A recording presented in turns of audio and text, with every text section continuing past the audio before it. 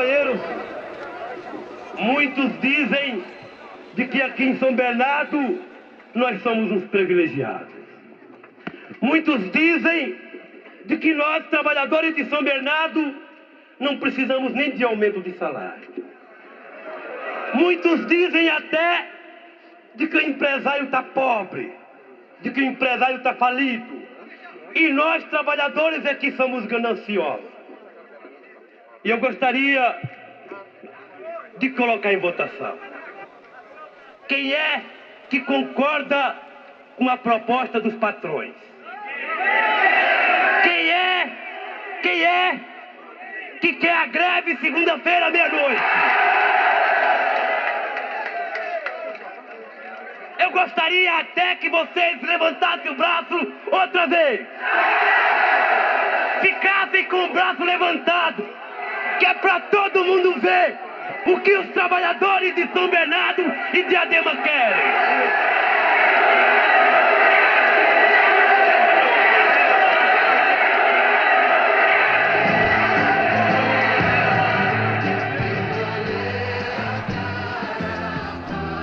Essas imagens lhe parecem familiares? Você já saiu alguma vez na sua vida em passeata nas ruas, reivindicando seus direitos? Essa passeata aconteceu há 40 anos, e o que essas pessoas estão fazendo é justamente reivindicar direitos. O ano era 1979, na cidade de São Bernardo do Campo, no estado de São Paulo. Vivíamos em plena ditadura civil-militar que impunha sua ordem sobre todo o país. Você já deve ter ouvido falar, né? As pessoas não eram livres e viviam sob forte repressão e controle do Estado. Eram tempos de violência. Mas mesmo sob esse regime autoritário, os trabalhadores metalúrgicos paralisaram suas fábricas e saíram às ruas. Foram 120 mil pessoas que ocuparam o estádio de Vila Euclides, no ABC Paulista. O que aconteceu aqui mudou a história de nosso país. Ah, me desculpe, eu ainda não me apresentei. Eu sou um cineasta, um documentarista que fez um filme sobre aquelas greves e que acompanha a luta dos sindicatos até hoje. Mas isso não importa, na verdade. O que importa é a história que vim contar. Uma história que talvez fale de muita coisa que você não conheça. Esse filme vai contar a história do novo sindicalismo no Brasil. Você vai entender.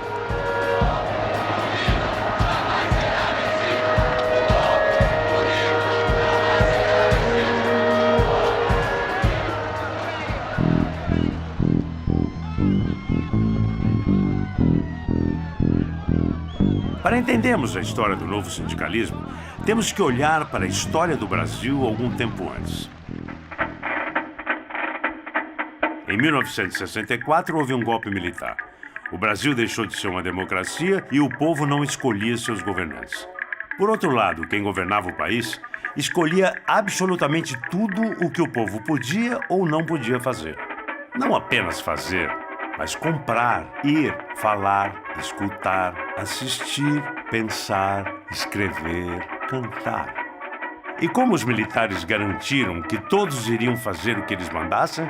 Bom, como sempre fizeram, né? Reprimindo quem discordasse de suas decisões. E eles decidiram, por exemplo, que as greves seriam proibidas. E quem fizesse greve seria preso. E quem fosse preso, bem...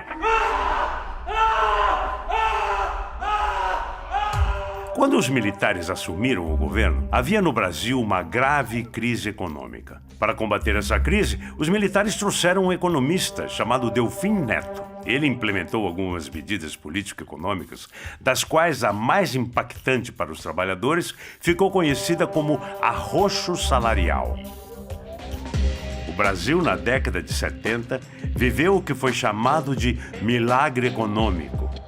Vivíamos um crescimento econômico representativo, ao mesmo tempo que a política era de arroxo salarial. Dizia-se na época, o Brasil vai bem, mas o povo vai mal. Eles diziam que teríamos que esperar o bolo crescer para depois repartir entre todos os seus pedaços. E o bolo até que cresceu, mas nunca foi realmente repartido. Até hoje, aliás. Pô, não tá dando pra nada, tá tudo aumentando, condução, tudo, pô. Onde nós vamos parar desse jeito? Isso é Não exigência. dá. Tem pai de família aqui que precisa ganhar mais. Papel de Se eles vão aumentar 25%, nós vamos querer 30%, vai ser pior.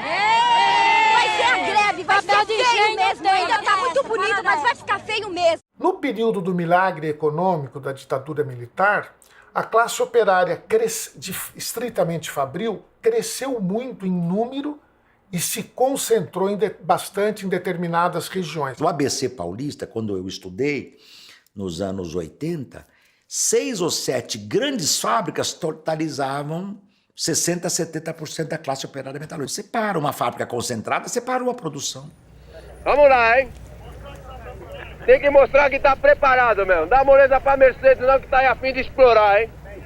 Eu sei melhor do que vocês, que eu trabalho aí 15 anos, hein? Em 15 anos de serviço eu não consegui fazer nem a casa. A Mercedes já construiu em Campinas, já construiu não sei aonde, eu tô aqui na Amazonas. Na Amazonas. né, Jarbas? Tem que parar de falar do Corinthians, tem que falar na greve mesmo, hein, pessoal? Vamos lá, moçada, vamos lá. Não tem medo de preso, não. Cadeia foi feita pra homem. Estamos lutando por uma coisa justa, porra. Nós não ficamos dentro do sindicato esperando que os trabalhadores saíssem da porta da fábrica ou de dentro da fábrica para ir nas assembleias do sindicato. Nós começamos a desenvolver uma atividade que foi muito importante e foi até revolucionária, que era a prática do sindicalismo na porta de fábrica. 1978. Nesse momento entra em cena na nossa história um personagem que iria mudar os rumos da política brasileira. Luiz Inácio Lula da Silva. Não o Lula presidente, o Lula migrante nordestino, o torneiro mecânico, o sindicalista Lula. O que será da nossa greve? Se todos os companheiros que estão aqui não estiverem lá fora para dizer pro pessoal, não tem que trabalhar, que houve intervenção no nosso sindicato. É vocês que têm que meditar. Não é eu que vou dar opinião para vocês, não. Vocês já são adultos. E é por ser adulto que nós estamos fazendo o que estamos fazendo. É vocês que têm que meditar. Aonde vocês são mais importantes. Eu já disse para vocês de que sindicato não é esse prédio. Sindicato é cada um de vocês na máquina de vocês. Sindicato é cada um de vocês na rua.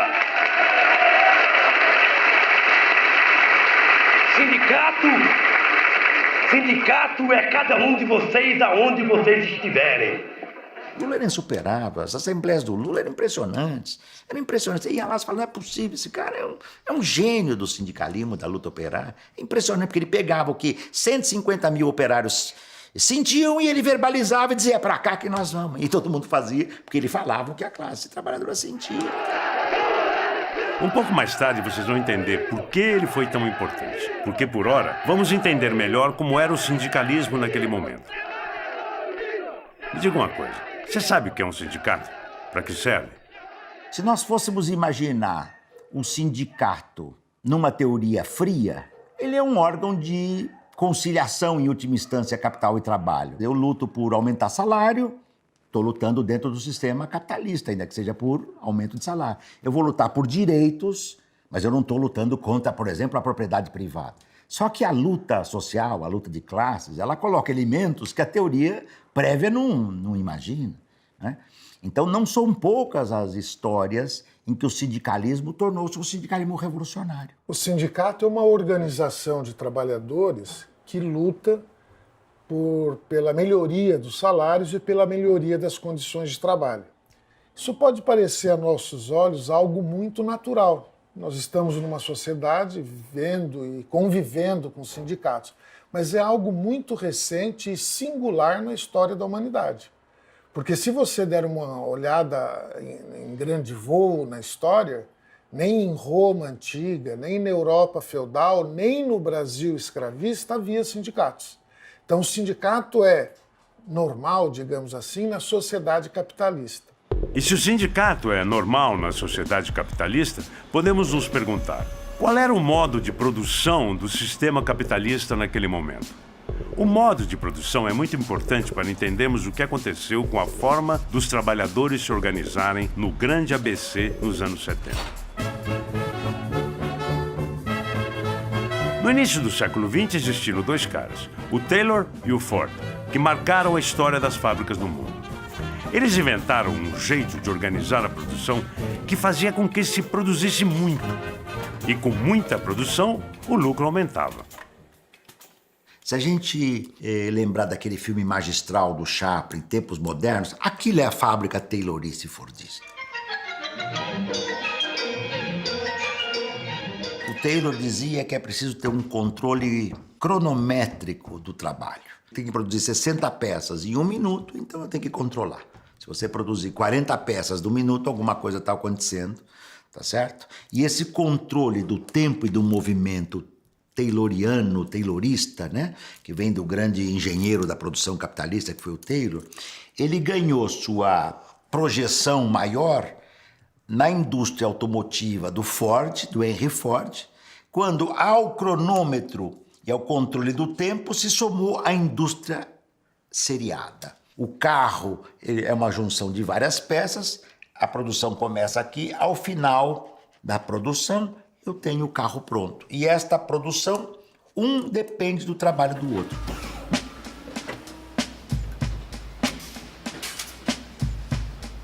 Milhares de trabalhadores lado a lado, em uma fábrica, insatisfeitos, empobrecidos e absolutamente putos com sua condição, fazem o quê? Conversam, debatem, discutem, planejam, organizam, dividem tarefas e começam a greve. Em outras palavras, as greves de 1978, 79 e 80 foram muito favorecidas pela forma com que as fábricas e os trabalhadores estavam produzindo. É a partir das grandes greves do ABC que o novo sindicalismo se politiza de fato e parte para a intervenção mais sistemática no processo político. E aí vai intervir, sim. Num contexto mais geral, em todo o país já havia, desde os últimos anos da década de 70, uma grande mobilização de outros setores da sociedade contra a ditadura. Havia um movimento contra o custo de vida, um movimento pela anistia, um grande número de jornais semi-clandestinos que lutavam pela democracia. Esses movimentos atraíam um grande número de militantes políticos de todas as origens, como estudantes, intelectuais, militantes postos na ilegalidade durante a ditadura, artistas, trabalhadores urbanos e de outros setores, trabalhadores rurais, militantes oriundos da Igreja Católica, como os movimentos eclesiais de base. Toda essa mobilização dispersa pelo país foi catalisada pelas greves do ABC, criando um movimento com uma certa unidade, mais amplo e mais político, com propostas de derrubar a ditadura e mudar a sociedade. Mas o que seria um movimento mais amplo politicamente? Havia uma grande expectativa pela criação de um partido político que lutasse por uma sociedade mais justa, igualitária e livre. O que é preciso a gente atentar é de que esse povo ou se organiza politicamente, ou a gente não vai conseguir, através de lutas específicas, resolver o problema da sociedade. Muita gente hoje brinca no sentido, ou questiona no sentido de dizer por que trocar o sindicato por um partido político.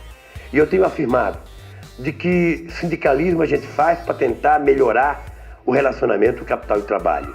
E política a gente faz para transformar a sociedade. Atendendo a essa expectativa, em 1º de junho de 1980, em São Paulo, foi fundado o Partido dos Trabalhadores.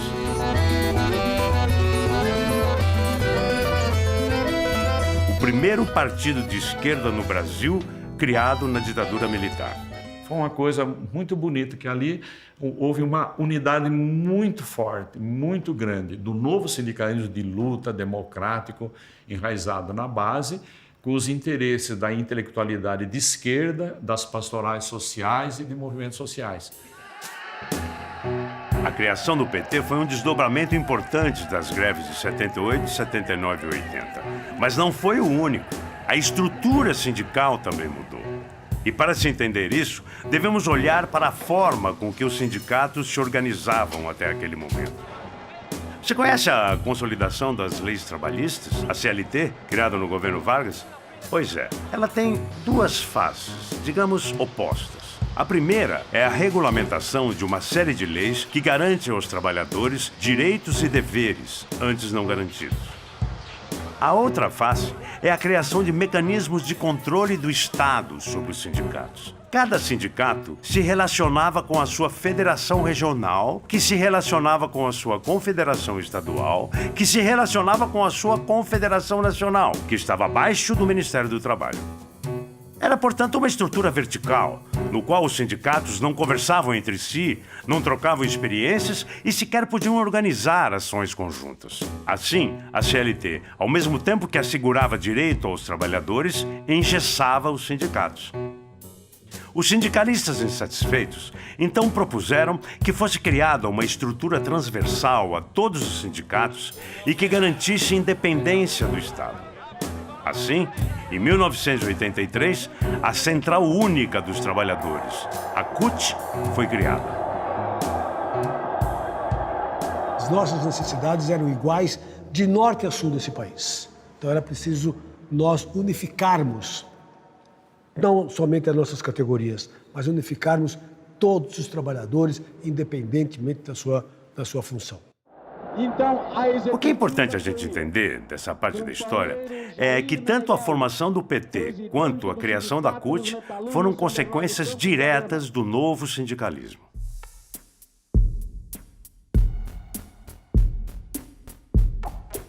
A década de 80 foi importantíssima para os trabalhadores brasileiros.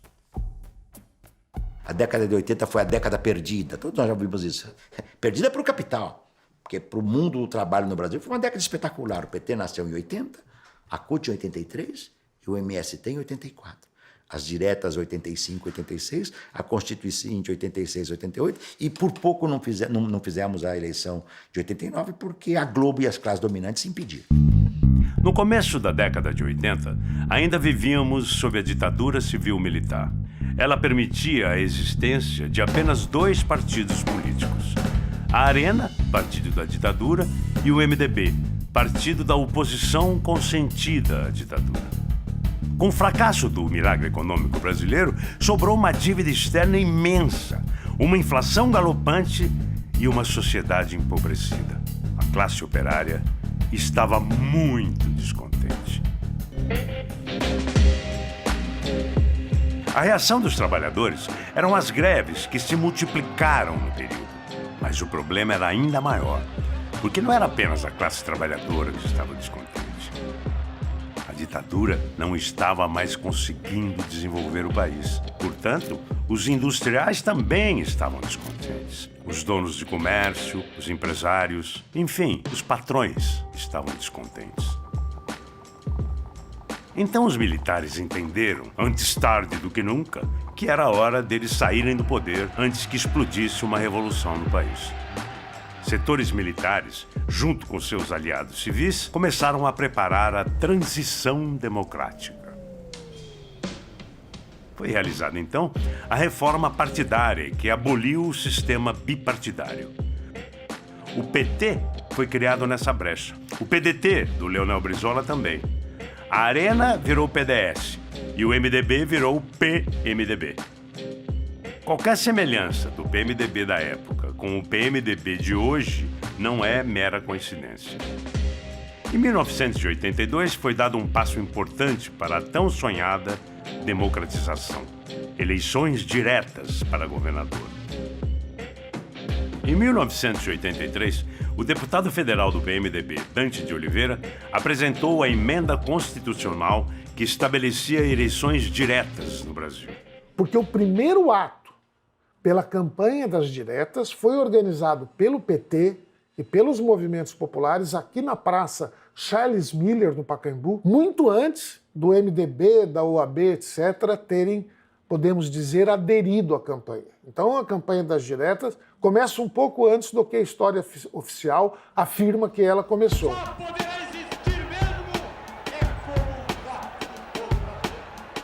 E assim, um dos maiores movimentos populares da nossa história ganhou espaço. As diretas já.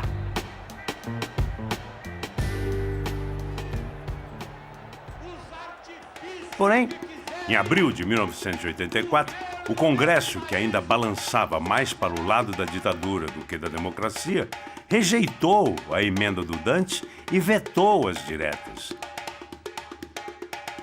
o presidente ainda não seria escolhido pelo povo. Por outro lado, as eleições de 85 marcaram oficialmente o fim da ditadura civil-militar de 21 anos no Brasil. Pela primeira vez em 2 décadas, os candidatos a presidente eram civis. De um lado, Tancredo Neves, pelo PMDB, o candidato da oposição. De outro lado, Paulo Maluf, pelo PDS, o candidato dos militares. Como já se previa que o Tancredo ia ganhar de qualquer jeito, aos 45 minutos do segundo tempo, um político do PDS mudou de partido e ingressou no PMDB, virando o vice-presidente do Tancredo. Era o José Sarney. Tancredo foi eleito, tivemos uma democratização pacífica e o Tancredo morreu. E claro, o Sarney assumiu a presidência. Durante o governo Sarney, teve o Plano Cruzado 1 e o Plano Cruzado 2. Os 2 planos foram marcados pelo congelamento de preços. Teve produtor que preferiu queimar sua produção a colocá-la nas prateleiras dos mercados. Faltou feijão, faltou carne, sobrou fome. O movimento sindical, nessa situação, fez muita greve. Estou até olhando aqui, ó. 1985 saltou para... Estava em 500 greves em 84, saltou para 700 greves em 85, 1.000 greves em 86, 1.000 greves em 87, cai um pouco para 800 greves em 88.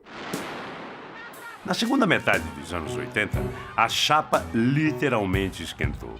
E se as greves no começo da década foram por melhores condições de salário e trabalho, as greves deste período foram um pouco diferentes. Se, em algum momento da vida, sobretudo nos anos 80, sob a liderança do nosso irmão e companheiro Lula, a gente conquistou muita coisa, apesar de ser ditadura militar, neste outro período, a gente começou a lutar para garantir o mínimo que a gente havia conquistado. Mas a maioria das greves era para repor perdas salariais provocadas pela inflação numa situação de crise aguda e prolongada do modelo desenvolvimentista. E aqui chegamos a um momento da maior importância para a história brasileira: a crise no modelo desenvolvimentista. O modelo desenvolvimentista, do Estado forte que estimulava a economia e as indústrias nacionais, vinha sendo praticada desde Vargas. No fim da ditadura militar, o Brasil vivia sua pior crise econômica e tanto o sistema de produção quanto o modelo econômico desenvolvimentista haviam se esgotado. As coisas deveriam ser mudadas rapidamente, começando pela Constituição. A partir de 1987, teve início a Constituinte, e a proposta que a maioria defendia era de ocupar o espaço deixado pelo desenvolvimentismo com uma proposta de Estado social-democrata, o Estado do bem-estar social. E naquela confluência de interesses e disputas que está acontecendo ali na Constituinte de 87 e 88, vai se configurar o novo Brasil, né?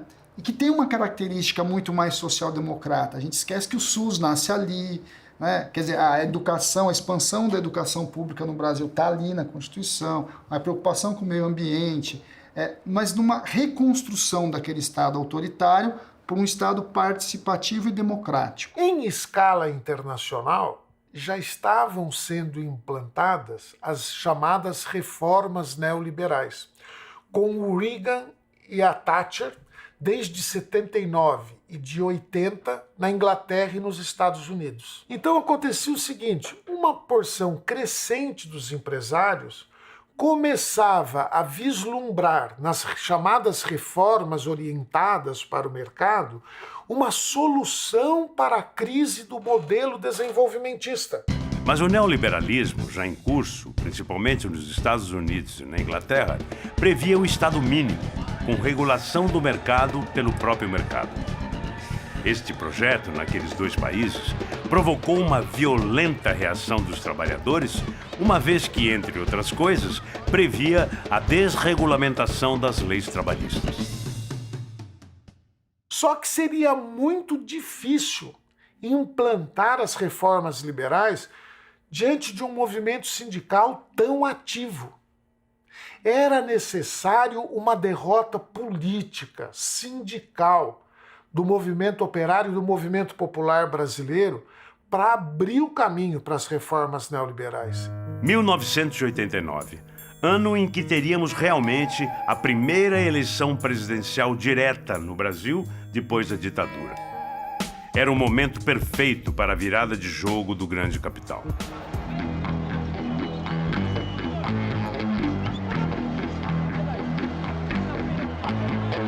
Mais uma vez, o Brasil se dividia entre esquerda e direita. E a esquerda, dessa vez, quase ganhou.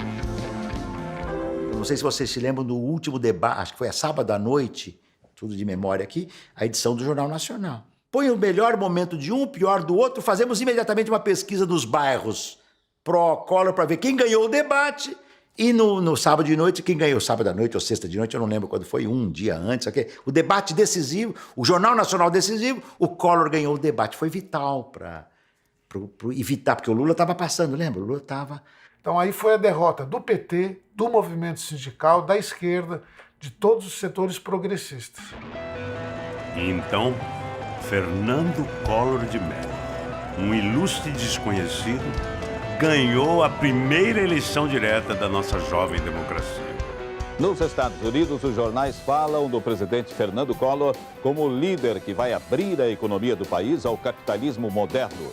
Para os jornais americanos, um dos presidentes mais jovens do mundo vai começar o governo com medidas muito duras. O Brasil estará aberto ao mundo. Queremos integração crescente e competitiva. Então ele aparece com essa visão jovial, essa ideia de que eu estou trazendo o novo, eu estou trazendo a modernidade, e essa ideia liberal ela vai aparecendo no Brasil como uma ideia de modernização. São três os pilares que definem um neoliberalismo. Primeiro, a ideia de que a abertura comercial é uma necessidade para integrar os mercados e inserir as empresas no mundo globalizado. Segundo, a ideia de que os mercados devem ser desregulamentados, no sentido de eliminar as regras entre o capital e o trabalho. Terceiro, a privatização das empresas, em um suposto de que as empresas públicas são ineficientes e que o mercado resolve todos os problemas. Ou seja, globalizar, desregulamentar e privatizar.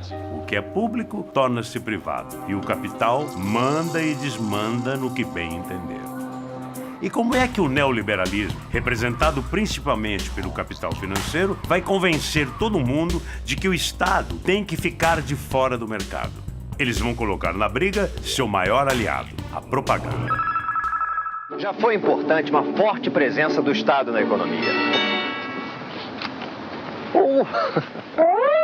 Só que o Estado engordou muito em áreas não prioritárias para você, cidadão.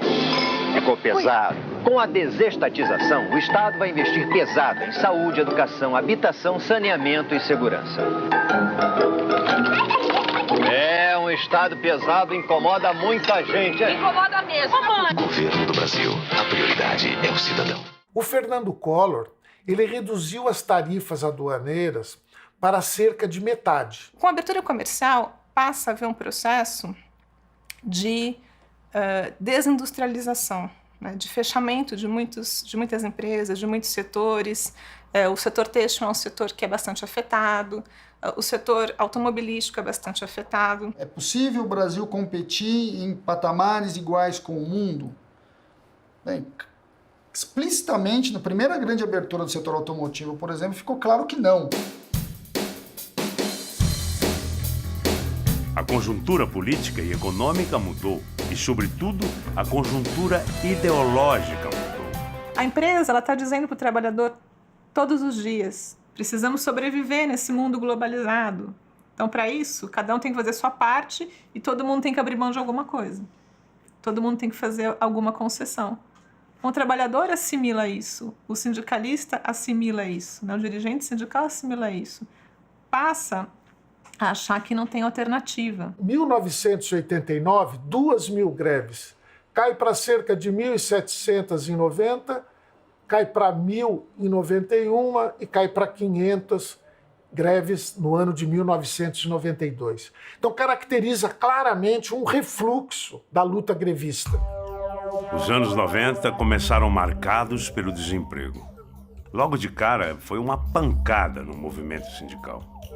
Os trabalhadores ficaram naquela insegurança de que não havia leis que os preservassem e o Estado começou a ser privatizado.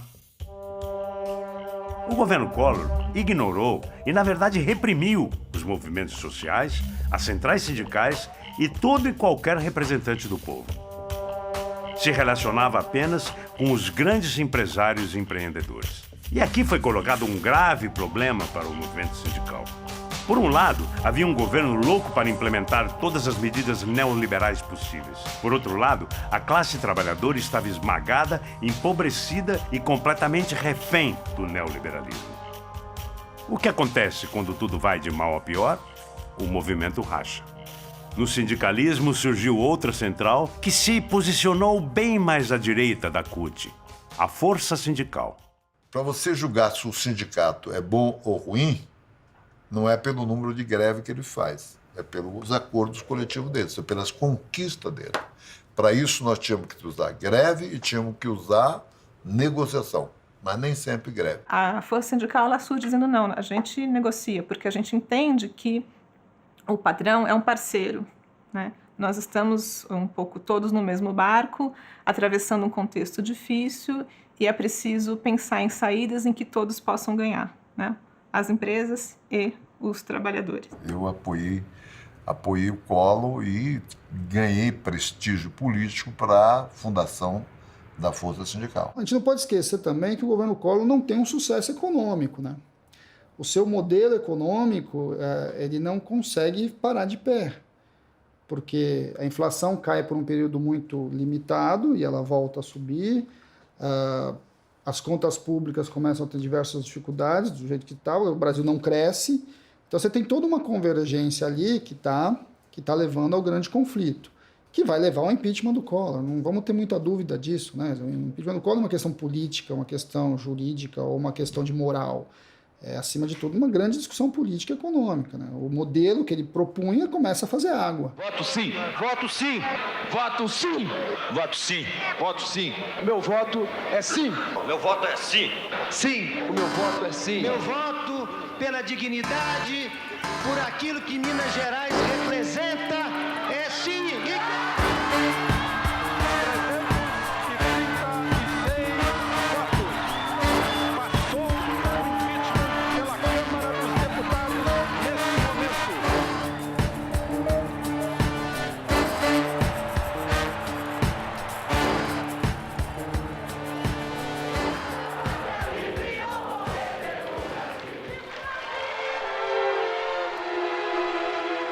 Ah, que revolução! O povo sendo ouvido, com a cara pintada, lado a lado com empresários e com os meios de comunicação. Que sentimento de nacionalidade! Que tocante! Suspeito que os interesses eram outros e que o povo foi quem pagou de laranja mais uma vez. O Diap conta um pouco essa história, bem interessante, que eles são chamados para conversar, os americanos chamam, né? A Câmara Comercial Brasil-Estados Unidos chama o Diap para conversar.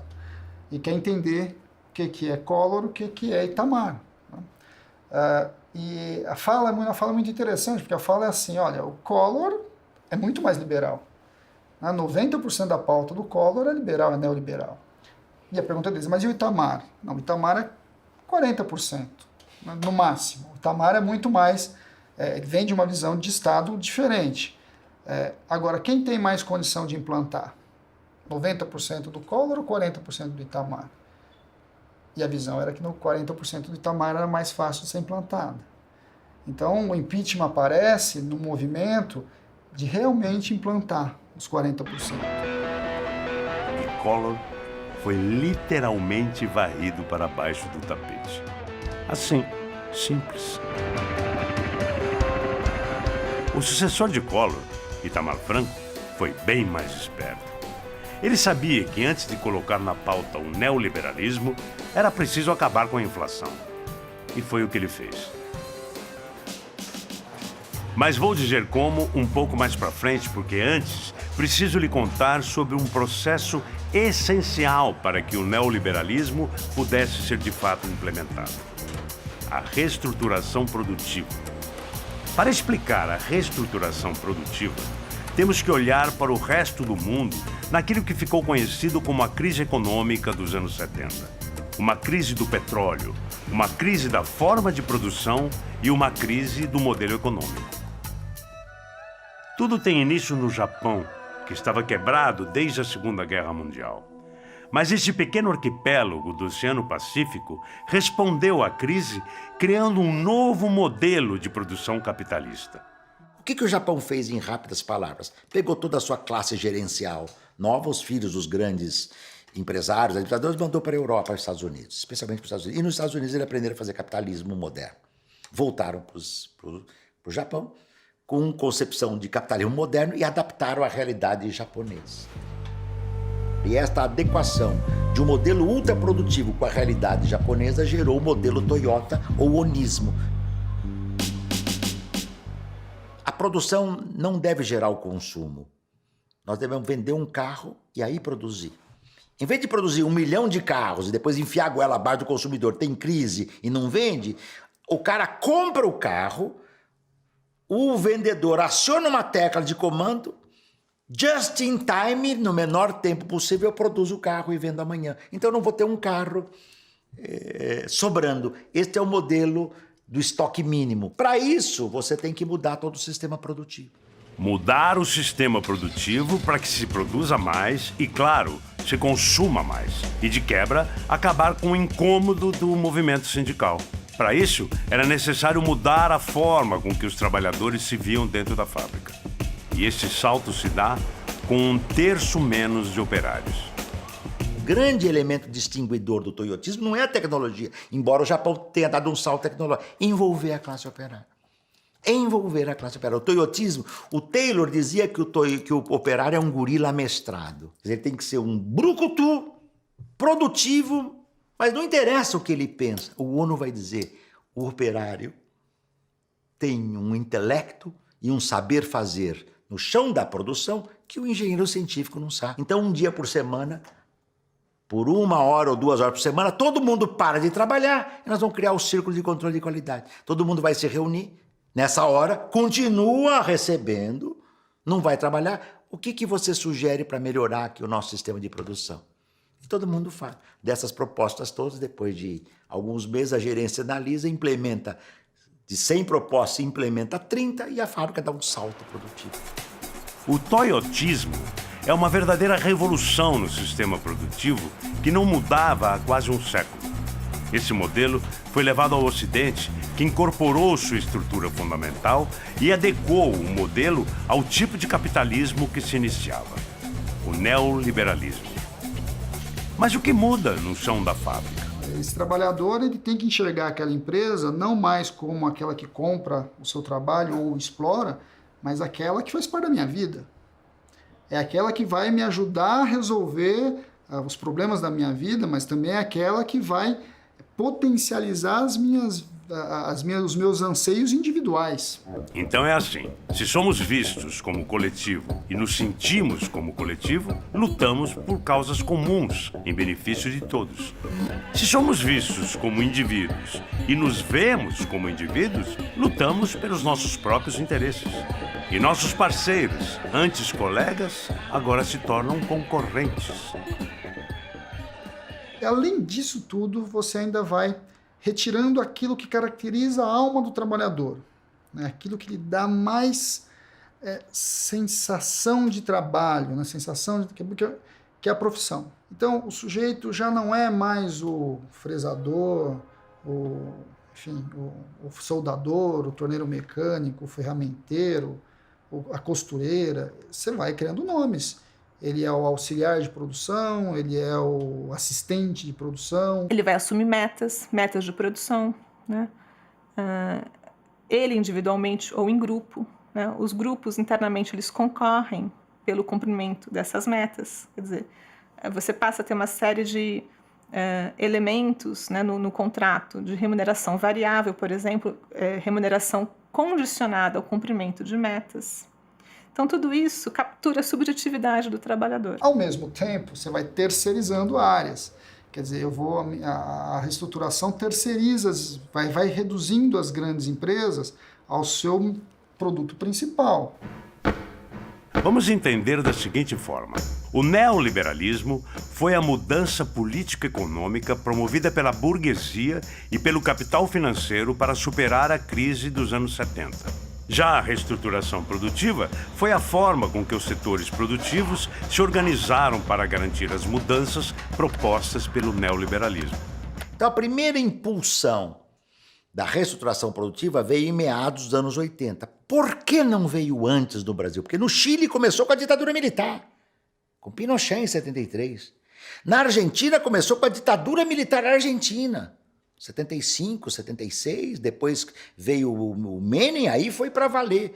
Por que a reestruturação produtiva entrou aqui só lentamente a partir da segunda metade dos anos 80? Pela monumental resistência que a CUT e que o sindicalismo de classe fizeram no Brasil. De um lado, a reestruturação produtiva. De outro lado, o neoliberalismo. Então, as duas coisas juntas, elas vão conformando essa nova visão, né, do trabalhador, essa nova visão do sindicato, que passa a aceitar como se fosse natural, né, essas mudanças todas, como se elas fossem naturais. Ele passa a naturalizar esse processo, a entender que a tecnologia ela é inexorável, que a tecnologia ela exige, de fato, um novo tipo de trabalhador, né, como se esse novo trabalhador fosse uma decorrência natural da tecnologia. É preciso um ideário regressivo, uma ideologia e uma pragmática política regressiva, conservadora e contra-revolucionária para arrebentar a classe operária.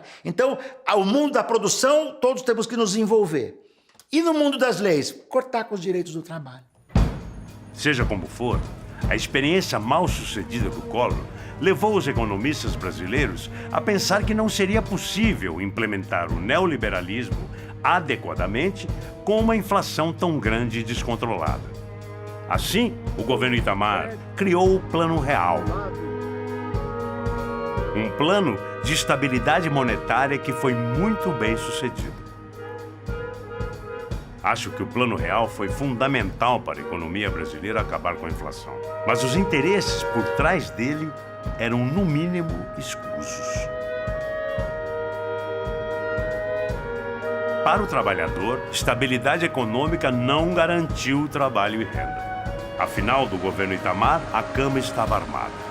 Finalmente, o Brasil poderia implementar as políticas neoliberais em sua plenitude. A reestruturação produtiva é a economia política do capitalismo da era destrutiva que precisa de um governo agressivo, contra-revolucionário, não é conservador, é contra. Por isso a aberração dos anos 90 de aceitar uma negociação com o Collor, entende? Alguém tem dúvida? O que era o Collor aqui? O Collor era a versão agressiva e boçal do neoliberalismo. Não deu certo. Aí capricharam. Quem substituiu o Collor? O Fernando Henrique. O Fernando Henrique foi impecável. É um governo burguês de alta qualidade para fazer o trabalho mais sujo e mais brutal. E com competência. A reação da esquerda foi esboçada e o Lula concorre à presidência em 1994 sem êxito. E aí, Fernando Henrique Cardoso assume o cargo em janeiro de 1995.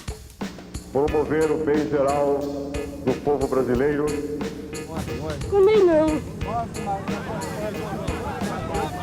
O Brasil se insere finalmente no mercado globalizado.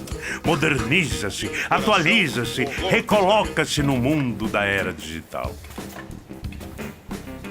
As coisas ganharam a velocidade de um clique. A economia mundial conectada na velocidade dos bits, bytes, megabits e gigabytes. E se a riqueza é globalizada, também a pobreza é globalizada. Assim como o desemprego e o desmantelamento das legislações trabalhistas em todo o mundo. E à frente do país, Fernando Henrique Cardoso, o príncipe dos sociólogos, aquele que colocaria o Brasil rumo às políticas neoliberais em um caminho inexorável para o desemprego, a dívida e a dependência dos grandes mercados internacionais. Ninguém podia imaginar que o Fernando Henrique pudesse ganhar uma eleição. Nem para reitor da USP o Fernando Henrique ganharia eleição. Só que houve o Plano Real. E o Plano Real, então, teve o êxito justamente de conseguir estabilizar a inflação, mas, por outro lado, na verdade, ele comprometeu qualquer possibilidade do Brasil voltar a crescer de forma sustentada, né? Porque os mecanismos que garantem a inflação baixa são os mesmos mecanismos que impedem que a produção, que a economia cresça. Então, você tem alta taxa de juros, a moeda valorizada, isso torna-se muito difícil produzir internamente. É mais fácil comprar lá fora, né? E aí nós temos, então, uma trajetória que consolida basicamente o processo de desindustrialização no Brasil. Então vamos lá. Agora o Brasil tinha uma moeda estável e uma economia estagnada. Por outro lado, o Brasil tinha um parque industrial estatal relativamente grande. Isso valia muito. Para o neoliberalismo, quanto menos o Estado intervir na sua atividade, melhor. Por isso é preciso desregulamentar tudo. E o que acontece quando o Estado é dono de um monte de empresas e o presidente da República resolve que esse mesmo Estado não vai mais ser dono de nada? Fácil. O Estado vende tudo. Foi a festa da privatização. De certa maneira, a privatização foi feita fundamentalmente para arrumar caixa para o governo, né? Para continuar pagando o serviço da dívida, tendo em vista a alta taxa de juros que passa a se praticar no Brasil, especialmente a partir do Plano Real. Se o Estado, que empregava milhares de pessoas, vende suas propriedades sem nenhuma garantia de que os novos proprietários vão manter os trabalhadores em suas funções, o que acontece? Desemprego, claro.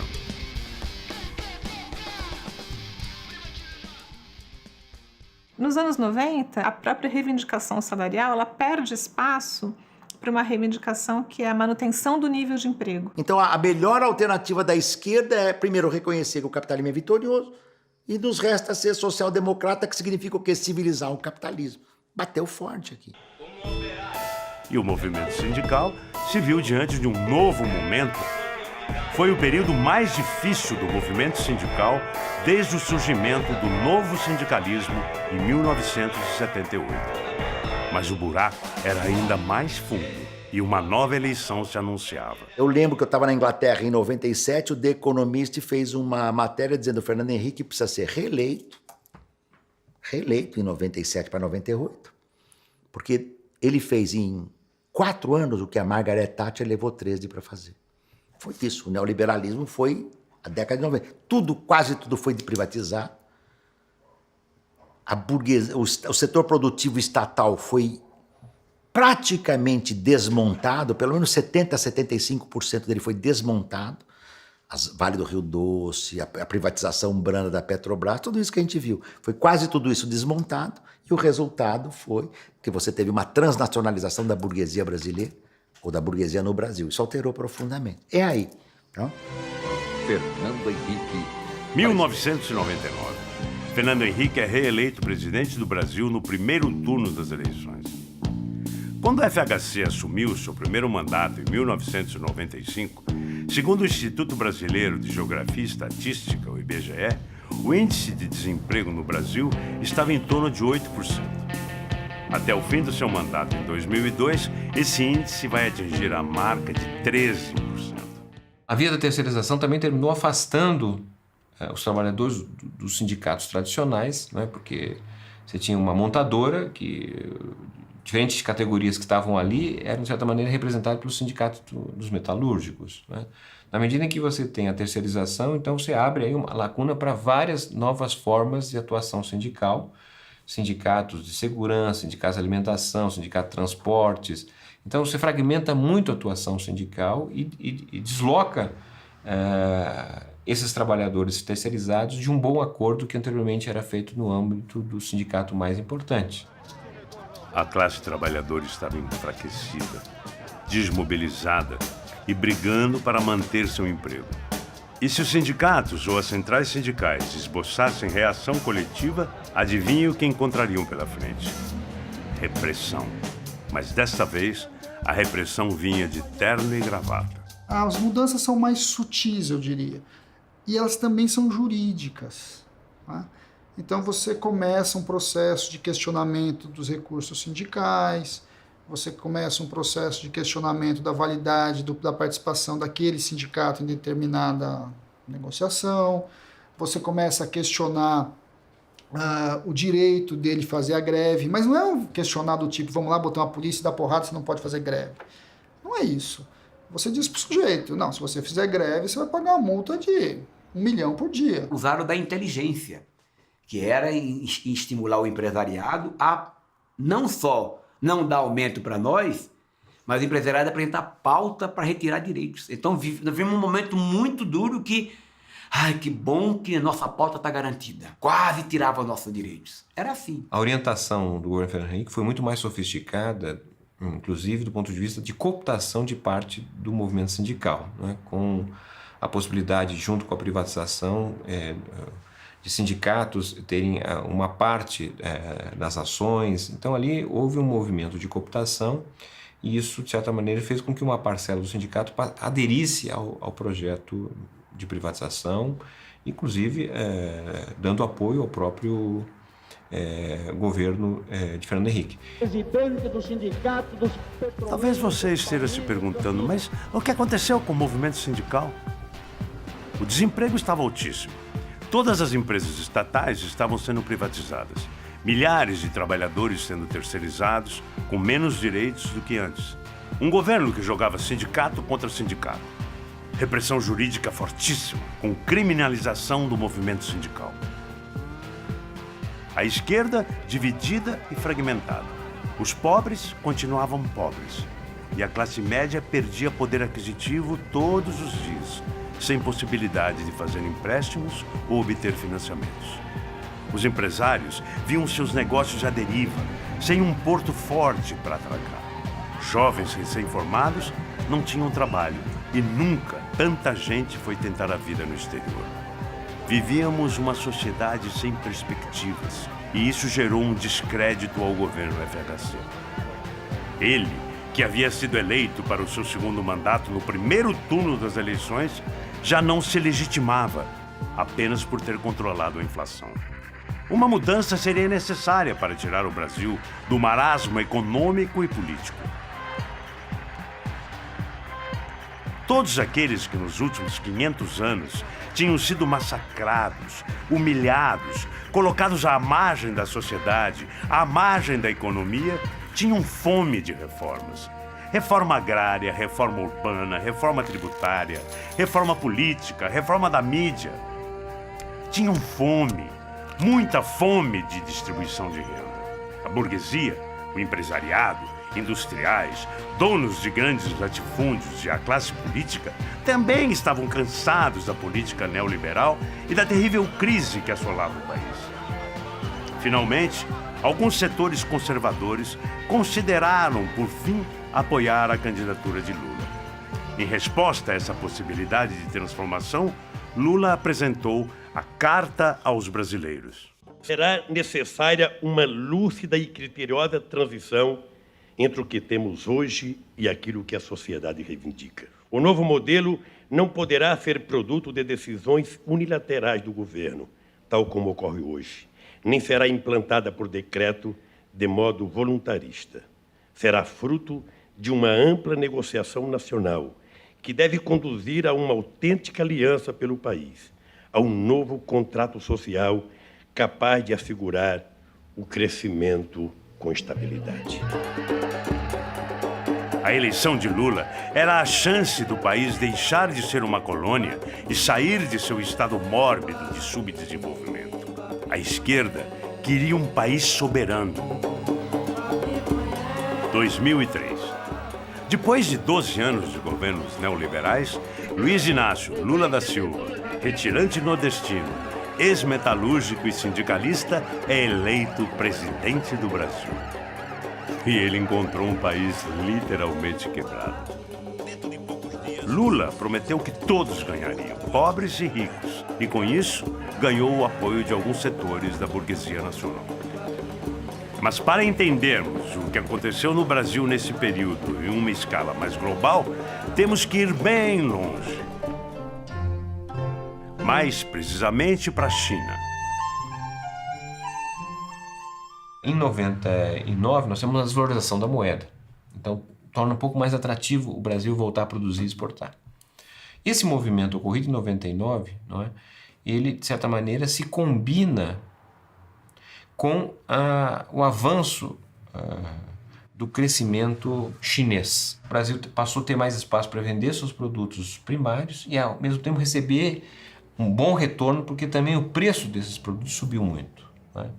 Então, isso melhorou a condição de inserção do Brasil no mundo e, nesse sentido, o presidente Lula inicia o seu governo já com esse ativo importante, que é a presença crescente dos nossos produtos primários no mercado internacional. Além disso, o neoliberalismo que tinha sido praticado em quase toda a América Latina nas décadas de 80 e 90 tinha trazido mais desemprego do que desenvolvimento. 1999 é a vitória do Chávez na Venezuela. Depois vem o Lula, vem o Evo Morales na Bolívia, o Rafael Correa no Equador. Ou seja, o modelo econômico capitalista neoliberal começou a fazer água. Ele não entregou o crescimento e a riqueza que tanto propôs, e ele passou a ser crescentemente contestado. E o que o Lula fez? O Brasil acumula saldos comerciais importantes e que vai ser utilizado de forma muito inteligente pelo governo, que foi justamente pagar a dívida externa. Quer dizer, o Brasil se tornou um país credor e não mais devedor do Fundo Monetário Internacional, depois de ter quebrado várias vezes no governo Fernando Henrique, e ao mesmo tempo fortalecendo o mercado interno através, né, de políticas de demanda, de estímulo à demanda, e basicamente com um programa de distribuição de renda para os segmentos mais pauperizados, que até então não eram participantes do mercado interno, eram participantes marginais e passaram a ter acesso a bens inimagináveis, desde a casa própria, com programas que foram sendo introduzidos, a compra de bens de móvel unitário, né, como automóvel, geladeira e assim por diante.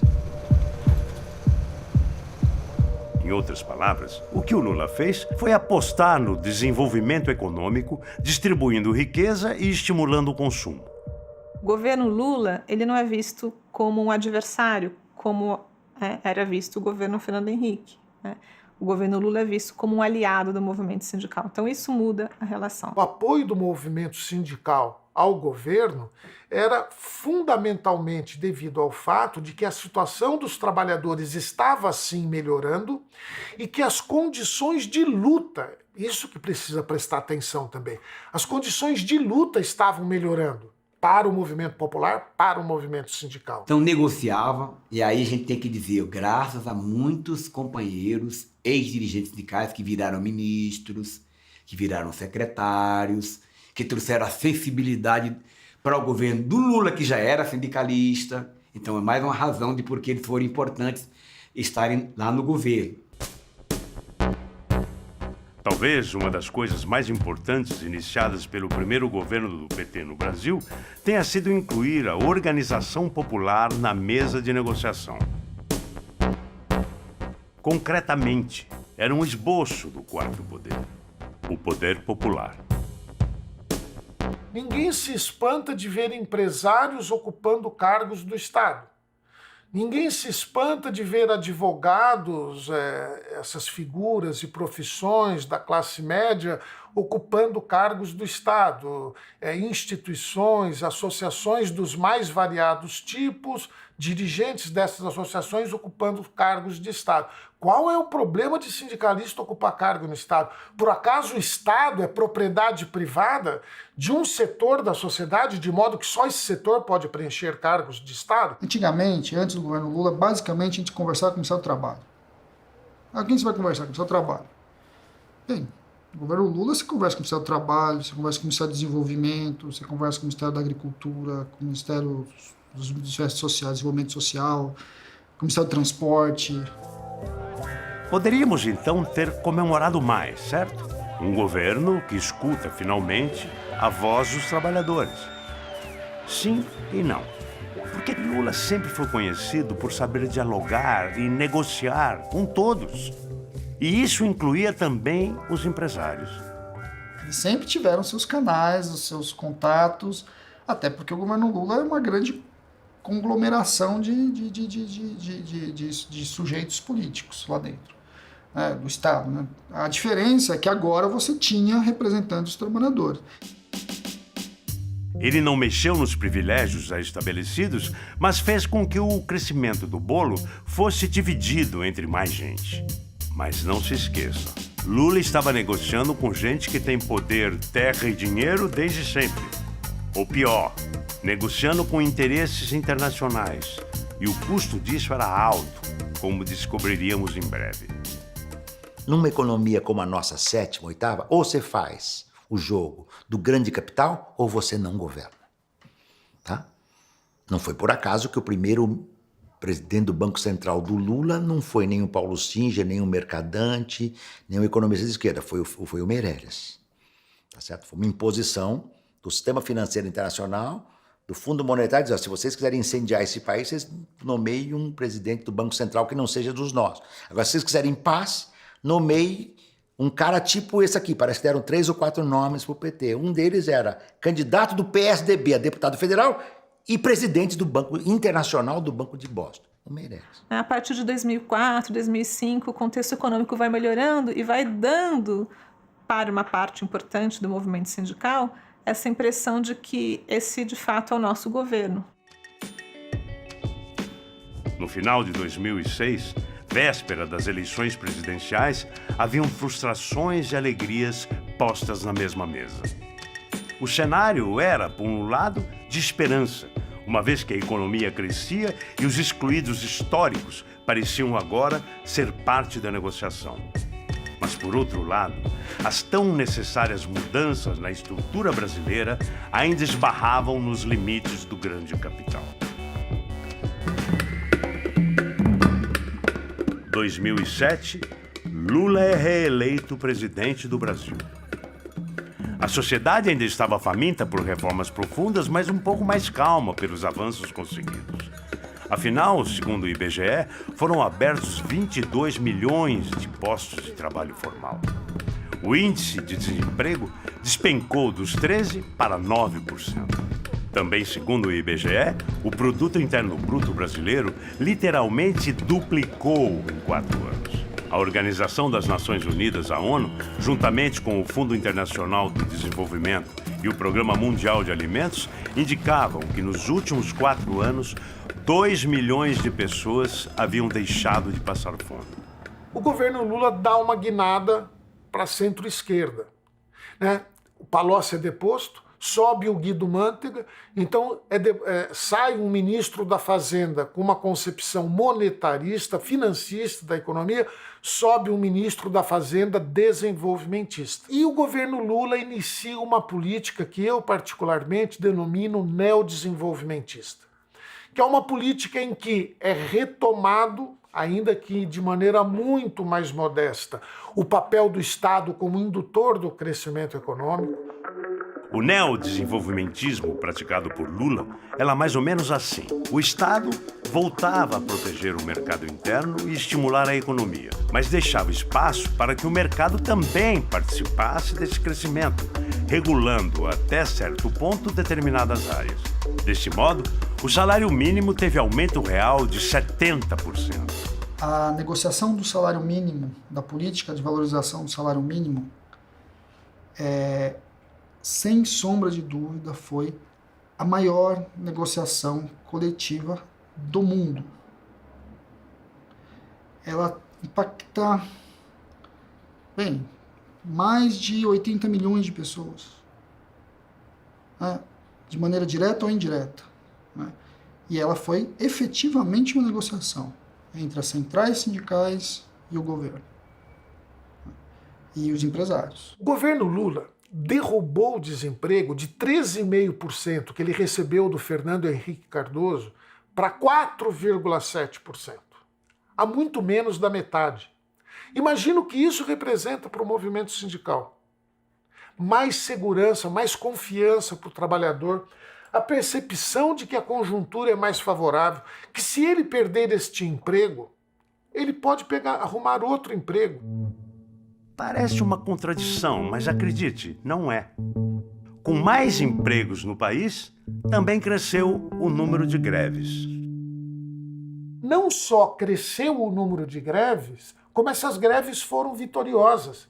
Eram greves por melhorias, não são mais aquelas greves defensivas da década de 90, que era para pagar salário atrasado, para não demitir trabalhador, para não retirar direitos que já eram conquistas dos trabalhadores. Agora são greves ofensivas para melhorar o salário, melhorar as condições de trabalho. E essas greves ofensivas são vitoriosas. Então é uma nova fase do sindicalismo brasileiro, que é uma fase de ofensiva, uma fase vitoriosa do sindicalismo brasileiro, que se abre em 2004. Olhando assim, dá quase para pensar que finalmente o Brasil tinha dado um passo em direção ao desenvolvimento, à distribuição de renda e, por que não, tinha dado um passo em direção à democracia. Tínhamos gerado 22 milhões de empregos, tirado 2 milhões de pessoas da fome, fortalecido a agricultura familiar, a economia solidária, os direitos humanos. Tínhamos construído muitas universidades públicas e escolas técnicas e possibilitado o acesso dos menos favorecidos a elas. Tínhamos um sindicalismo vivo, pujante, com ganho real de salário e melhores condições de trabalho para a classe trabalhadora. E talvez, mais importante que tudo isso, tínhamos tido um ganho real e significativo do salário mínimo que impactou diretamente na economia e elevou a qualidade de vida de quase 20 milhões de brasileiros. Era hora da gente finalmente fazer aquelas reformas estruturais que tanto a gente queria. Taxar as grandes fortunas, impostos progressivos, reforma agrária e urbana, democratizar os meios de comunicação. Enfim, aquelas coisas que são tão caras para qualquer país civilizado. Mas não seria assim tão fácil. Eu via muitos dirigentes sindicais, muitas lideranças mesmo, expoentes, que achavam que tudo estaria resolvido com a eleição do Lula.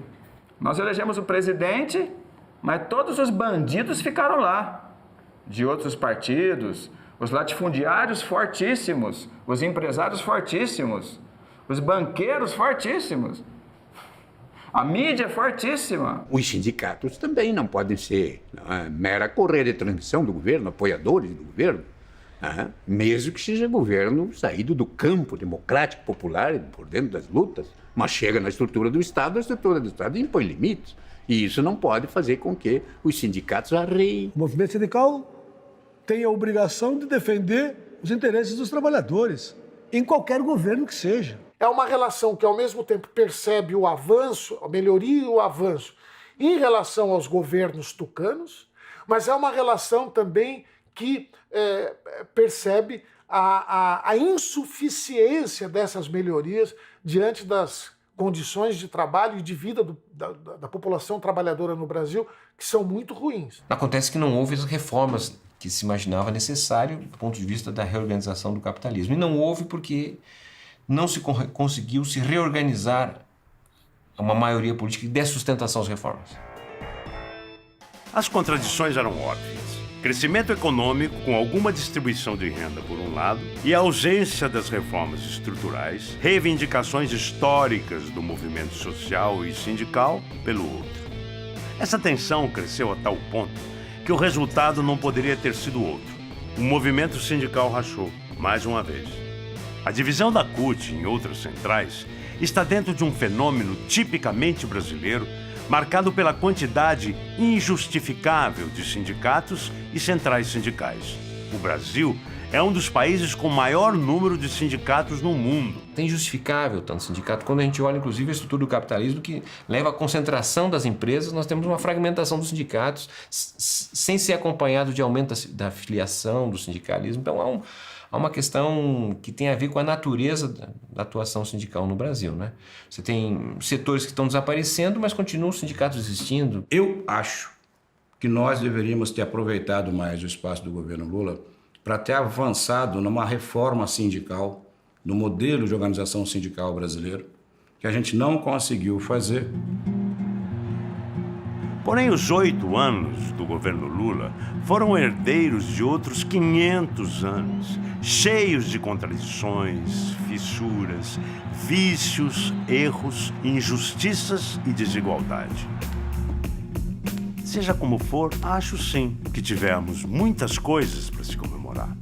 Muito embora os desafios fossem ainda imensos. Nesse contexto, apesar de todas as contradições, Lula elegeria seu sucessor, ou melhor, sua sucessora, a primeira presidenta da história do Brasil. 2011. Dilma Vana Rousseff, mineira de nascimento e gaúcha por opção, economista, ex-militante da guerrilha armada brasileira contra a ditadura militar, tornou-se presidenta do Brasil. O Brasil estava um pouco melhor nos indicadores econômicos e sociais. O desemprego mais baixo desde o final da ditadura. O salário mínimo com ganho real de 70% e o número de miseráveis e famintos despencando. Na primeira eleição da Dilma em 2010, quando ela disputou com o Serra, todas as centrais sindicais, todas as maiores centrais sindicais do Brasil, a única exceção foi a Conlutas, que é uma central sindical pequena, todas se reuniram aqui no estádio municipal do Pacaembu, não é? Levaram ao estádio cerca de 40 mil sindicalistas e entregaram a Dilma uma carta de apoio à sua candidatura e de reivindicações. 3 reivindicações históricas do movimento sindical: fim do fator previdenciário, regulamentação restritiva da terceirização e redução da jornada semanal de trabalho para 40 horas. Uma das coisas que eu me queixo, me queixei para o Lula, que não é possível que no governo do Lula e da Dilma a gente não tenha aprovado as 40 horas semanais. Era para o nosso governo ter acabado com o fator previdenciário. Os governos do Lula e da Dilma nunca deram resposta nenhuma sobre isso. Simplesmente não trataram desse assunto. Então isso vai acumulando justas frustrações no movimento sindical. A expectativa para a gestão era tão grande e foi criada nos trabalhadores, então no movimento sindical, a ideia é que nós conseguiríamos fazer uma mudança muito maior do que a conjuntura se demonstrou possível de fazer. Então também é uma certa frustração. Se você perguntar para setores do movimento sindical, setores da classe trabalhadora, fica a ideia de que nós poderíamos ter avançado mais do que avançamos. E apesar do governo Dilma, em alguns pontos, ter avançado até mais que o governo Lula, havia uma certa insatisfação, um mal-estar no movimento sindical. E acho que, nesse momento da nossa história, todos nós nos perguntamos por que um governo de esquerda, que tanto avançou em políticas de distribuição de renda, parecia incapaz de avançar ainda mais à esquerda.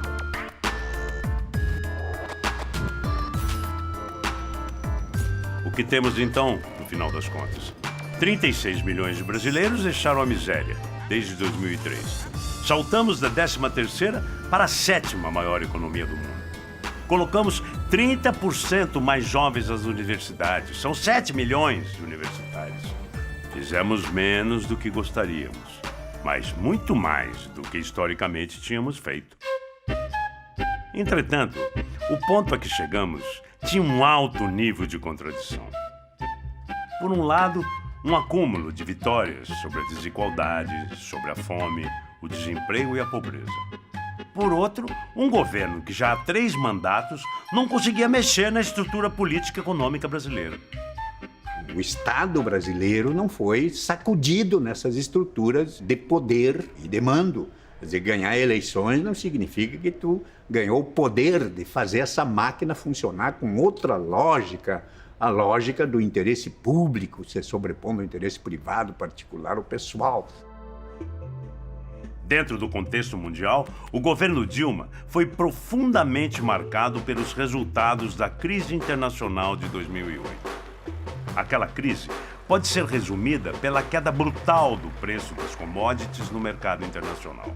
Commodities é o nome dado aos gêneros agrícolas e à matéria-prima. Basicamente, no Brasil, soja, café, minério de ferro e petróleo. E o maior parceiro comercial era quem? Sim, nossa velha amiga China. Ela deixou de crescer tanto, assim como os outros países emergentes, o que incluiria o Brasil. E com isso, causou um rombo no mundo inteiro. O Brasil foi atingido em cheio por essa crise. Não imediatamente, é verdade, uma vez que o país tinha acumulado reservas. Mas uma hora, o cobertor ficou menor do que a cama. Isso começa a mudar o cenário de crescimento que já vinha desde 2003, com impactos nos níveis de consumo. Essa sociedade de classe média, que a gente fala que a gente criou, tal, etc, etc, ela não foi criada a partir de uma visão de classe, ela foi criada a partir de uma visão do indivíduo, a partir de uma visão do consumo. E a visão do consumo reforça a tese liberal do indivíduo. O sujeito se realiza por si. É o homem que se faz. Essa é a visão do neoliberalismo. Bem, uma das coisas mais interessantes de você conversar com a nova classe média é que uma boa parte dela não tem consciência de que ela está no lugar que ela está porque a política econômica mudou. 2014. Dilma é reeleita em meio a uma crise econômica e política gigantesca. 4 mandatos de governos populares e democráticos seria inaceitável para a burguesia brasileira. E então, o golpe teve início. A classe burguesa brasileira não está disposta a uma negociação para valer, entende? Ela topa negociar quando ela está ganhando. Quando ela está perdendo, ela recorre ao golpe. Não é a primeira vez. A primeira reação da direita foi negar o resultado da eleição, pedir com recontagem de votos e tudo mais, né? A partir daquele momento, o que a gente percebe, primeiro, já é uma ideia, uma pretensão de inviabilizar politicamente no Congresso Nacional, através das pautas bombas, ou inviabilizar a pauta do governo Dilma naquele período, né? A própria continuidade do governo, né? Ou seja, desrespeitar o resultado das urnas.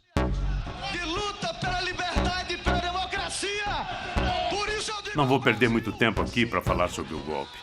Todos assistimos atônitos à articulação entre o parlamento, o judiciário e a mídia.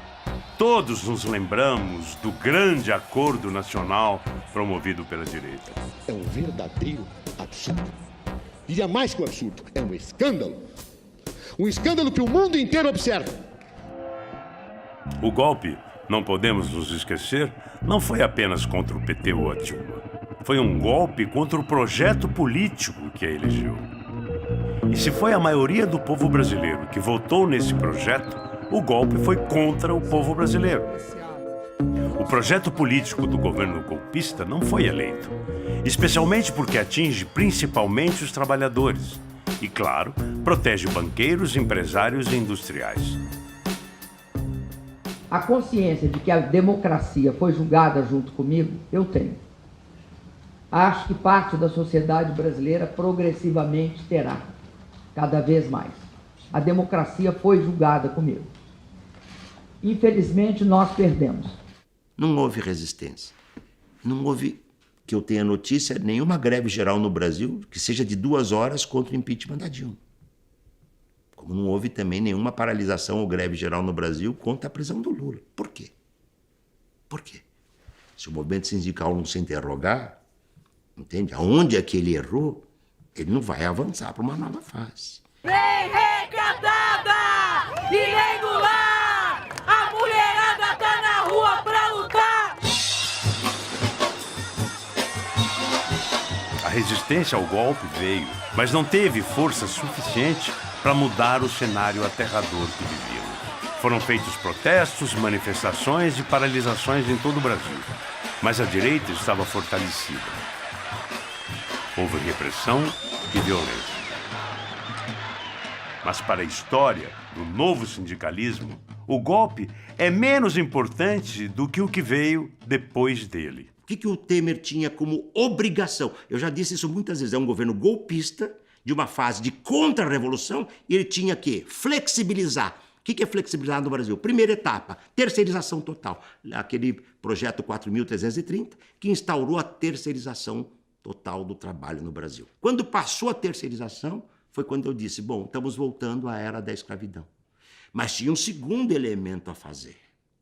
A terceirização é uma brecha forte que, digamos, arrebenta em parte a CLT. Era preciso arrebentar a CLT. Ele pega as medidas da CNI da Confederação Nacional da Indústria, ele indica os principais arquitetos no direito do trabalho, ultraconservador, setores de extrema direita, preparem aí uma reforma para devastar a CLT. Tira, né, a legislação como protetora, né, dos trabalhadores e tira os sindicatos como interlocutor dessa relação capital e trabalho.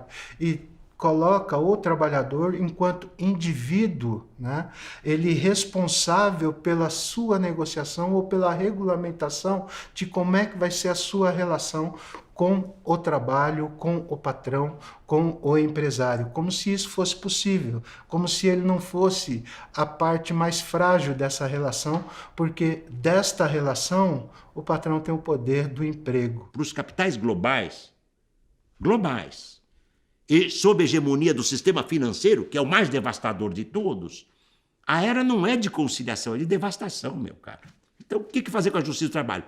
Suprimi-la. É o setor patronal apostando na desregulamentação, não querendo negociar com os sindicatos acordos ou convenções coletivas, dificultando a negociação. O negociado passa a ter prevalência sobre o legislado em vários itens. Contrato de trabalho, condições de trabalho, questões salariais, jornada, a chamada modernização das relações protetoras do trabalho é a volta da escravidão do trabalho no Brasil.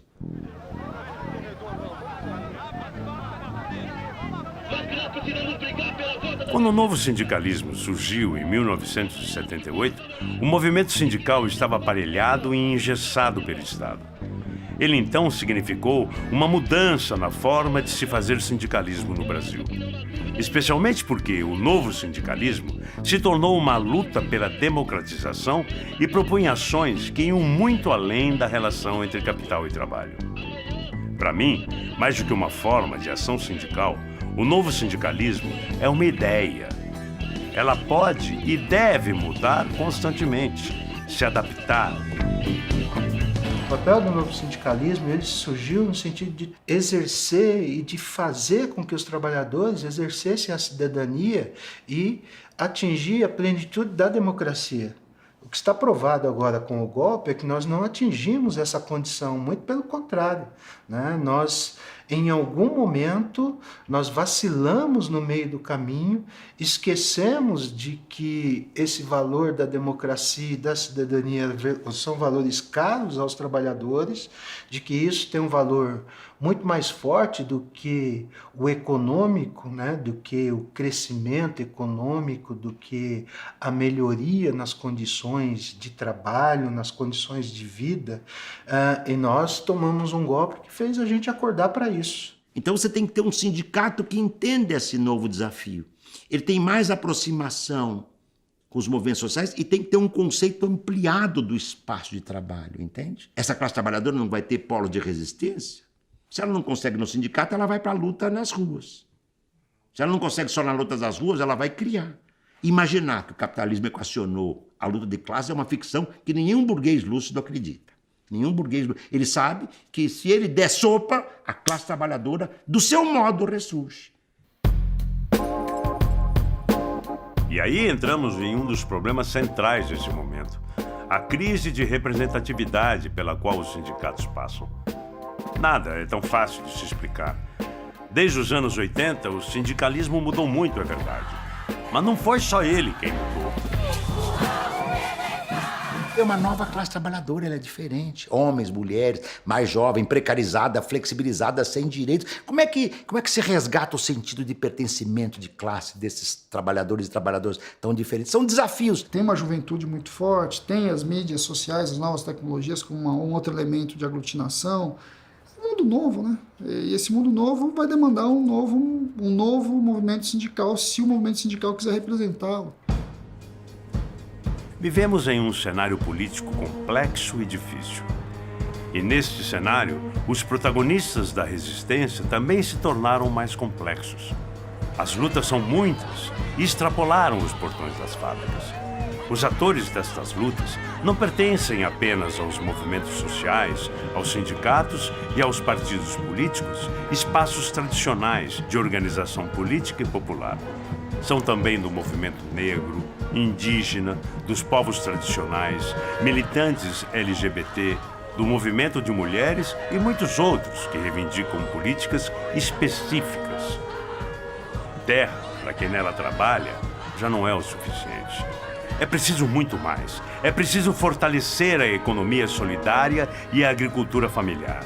É preciso igualdade de gênero, respeito às múltiplas identidades, políticas de sustentabilidade ambiental, geração de energia limpa, justiça social.